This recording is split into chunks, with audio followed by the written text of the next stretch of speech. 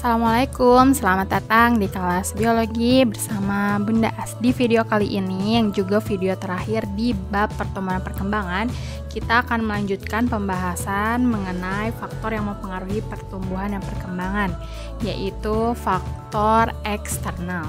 Ada 6 faktor eksternal yang mempengaruhi pertumbuhan dan perkembangan, yaitu air, nutrien, cahaya matahari, suhu, pH, dan kelembaban. Sekarang kita bahas dulu yang pertama, yaitu air. Nah, air itu merupakan faktor dan komponen yang sangat vital dalam proses pertumbuhan dan perkembangan. Fungsinya, air itu sebagai pelarut unsur hara yang terdapat di dalam tanah, lalu membantu pengangkutan unsur hara ke seluruh organ tanaman dan membantu proses fotosintesis. Kemudian yang kedua ada nutrisi atau zat hara atau unsur hara. Nah, nutrisi ini dibagi menjadi 2, ada makronutrien dan mikronutrien. Kita bahas yang makronutrien dulu. Kenapa dia disebut sebagai makronutrien? Karena dia dibutuhkan dalam jumlah yang banyak. Ada apa saja unsur-unsurnya? Jika kita singkat, begini ya, jembatan keledainya. Kakak suka main pistol air. K-nya itu adalah karbon, K-nya lagi adalah kalsium, Su-nya adalah sulfur, K-nya lagi adalah kalium, magnesium, N-nya itu adalah nitrogen, P-nya itu fosfor, dan air itu terdiri dari hidrogen dan oksigen. Itu yang sering keluar di soal-soal. Yang kedua adalah mikronutrien, berarti dia dibutuhkan dalam jumlah yang sedikit. Ada banyak mikronutrien, hanya saja yang sering muncul itu ada 8 ya, yaitu jembatan keledainya Mas Boni tolak mobil Ferrari. Ma-nya itu mangan, S-nya itu adalah seng, Bo-nya itu boron, Ni-nya nikel, T-nya itu ada tembaga, K-nya klorin, MO-nya itu adalah molybdenum, dan besi Fe ya. Jadi kalau lambangnya mangan itu Mn, seng Zn, boron itu B, nikel Ni, tembaga itu Cu, klorin Cl, molybdenum Mo, dan besi Fe. Itu adalah makronutrien dan mikronutrien. Nah, jika tanaman kekurangan suatu unsur hara itu disebut sebagai defisiensi ya.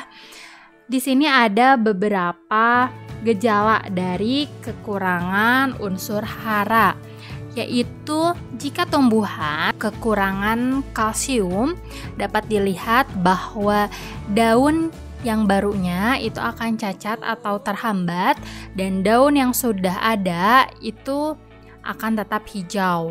Lalu jika dia kekurangan besi atau Fe, daun mudanya tumbuhnya berwarna kuning dan putih dengan uratnya yang warna hijau.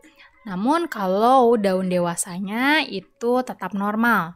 Lalu jika kekurangan unsur nitrogen, daun bagian atas berwarna hijau muda, di mana daun bagian bawahnya berwarna kuning. Kalau kekurangan kalium, pada daun muda itu biasanya menggulung. Nah, ini suka ada nih di soal.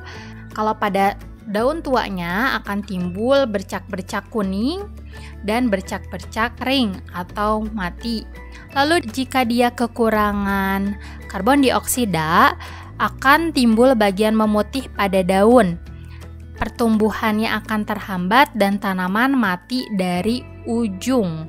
Jika kekurangan mangan, ini mangan merupakan mikronutrien ya, si daunnya itu akan timbul bintik-bintik kuning atau lubang-lubang yang memanjang antara urat-urat daun. Lalu jika daun kekurangan fosfat, daun-daun itu akan cenderung berwarna gelap dibandingkan biasanya dan akan mudah berguguran.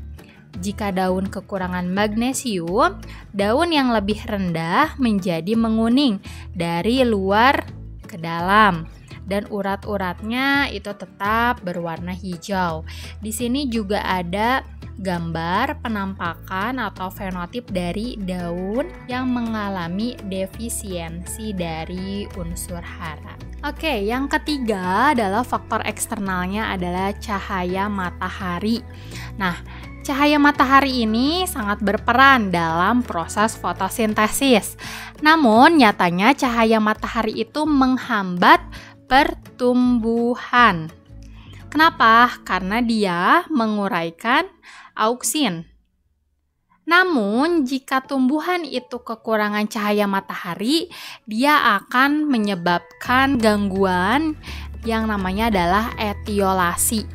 Apa itu etiolasi? Jadi etiolasi itu adalah tumbuhan dengan batangnya itu tumbuh sangat cepat dan lebih tinggi, namun lemah dan daun-daunnya itu kekuningan atau istilahnya klorosis. Nah, cahaya matahari juga mempengaruhi gerak tumbuhan yang disebut sebagai fotoperiodisme.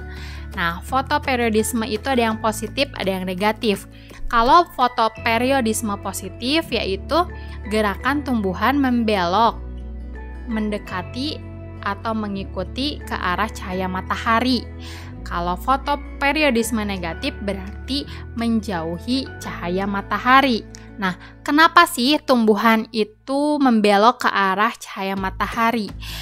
Sebenarnya ini terjadi karena bagian yang terpapar oleh cahaya matahari langsung itu auksinnya kan akan terurai ya, sehingga pertumbuhannya lebih lambat dibandingkan daerah yang tidak terkena atau bagian yang tidak terkena cahaya matahari, sehingga dia akan membelok karena perbedaan kecepatan pertumbuhan dari bagian tersebut. Lalu cahaya matahari juga dia menyebabkan respon yang disebut sebagai fotoperiodisme.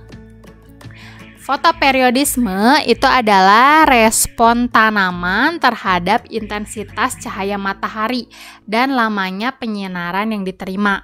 Nah, fotoperiodisme ini dapat merangsang proses pembungaan yang berbeda pada tanaman. Nah, berdasarkan respon pembungaan karena intensitas dan lamanya penyinaran, itu tanaman dibagi menjadi 3 ya. Ada long day plant dan short day plant, lalu ada neutral day plant. Apa itu tanaman long day plant? Namanya juga long, berarti panjang ya. Dia itu adalah tanaman hari panjang bahasa Indonesianya. Long day plant itu cirinya adalah dia dapat berbunga jika lamanya penyinaran atau lamanya periode terang itu lebih panjang. Jadi periode terangnya itu lebih panjang daripada periode gelapnya. Seperti ini gambarnya, di sini ada grafik. Ini biasanya muncul di soal ya. Di sini ada long day plant. Ini di tengahnya itu yang putus-putus adalah batas tengah waktu periode terang dan periode gelap. Untuk long day plant, jika ini cara bacanya gini ya, jika periode terangnya itu lebih lama daripada periode gelapnya, maka tanaman tersebut akan berbunga. Jika periode terang itu lebih sedikit daripada periode gelapnya, dia tidak akan berbunga. Dan jika periode terang kemudian diselingi oleh periode gelap, lalu terang lagi, lalu gelap lagi, lalu terang lagi, jadi ada kegelapan di tengah-tengah periode terang ya, itu dia akan tetap berbunga. Nah, contohnya untuk tanaman long day plant itu adalah bayam, selada. Jadi dia itu ada tanaman-tanaman sayuran ya kebanyakannya. Lalu bagaimana dengan short day plant? Short day plant itu adalah tanaman hari pendek. Maka dia akan berbunga jika periode gelapnya itu lebih lama daripada periode terangnya. Kita lihat grafik. Nah, di sini untuk yang pertama itu adalah periode terangnya lebih lama daripada periode gelapnya, sehingga tanaman short day plant itu tidak berbunga. Jika periode gelapnya itu lebih lama daripada periode terangnya, baru dia akan berbunga. Dan jika ada periode gelap di antara periode terang, jadi misalnya terang, gelap, terang, dia tidak akan berbunga.